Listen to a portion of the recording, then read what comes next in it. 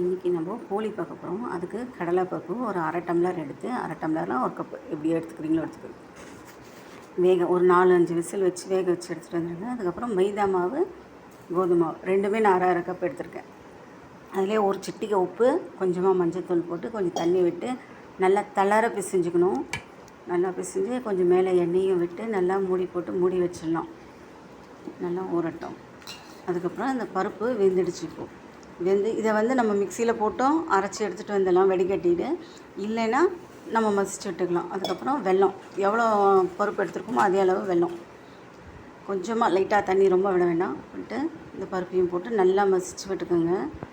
நீங்கள் மிக்சியில் அரைச்சி எடுத்துகிட்டு வந்திருந்தீங்களா இவ்வளோ ரொம்ப கஷ்டப்பட வேண்டாம். மிக்சியிலே கூட அரைச்சிட்டு வந்துடுங்க. இந்த மாதிரி நல்லா அரைச்சி எடுத்ததுக்கப்புறம் நல்லா திரண்டு வரும். அதுக்கப்புறம் தேங்காவையும் அதில் போட்டுட்டு ஏலக்காவும் கொஞ்சம் போட்டுக்கோங்க.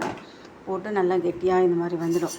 அதுக்கப்புறமா அந்த மாவை எடுத்து கொஞ்சம் வாழை இலையில் கொஞ்சமாக எண்ணெயை வச்சு தடவிட்டு இந்த மாவை நல்லா பரப்பி விட்டுக்கணும். கையால் தான் பண்ணணும். அதை நல்லா பரப்பி விட்டுட்டு இந்த பூரணம் இருக்கு இல்லையா, அந்த பூரணத்தை நடுவில் வச்சு மூடி இலையோடு அப்படியே போட்டு எடுத்திங்கன்னா 2 பக்கம் நெய் விட்டு திருப்பி எடுத்திங்கன்னா சூப்பரான போளி ரெடி ஆகிடும்.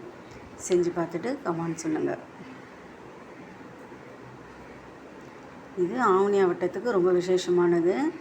இன்றைக்கி ஆவணி ஆவட்டம், அதனால தான் அதை பண்ணியிருக்கேன் நான்.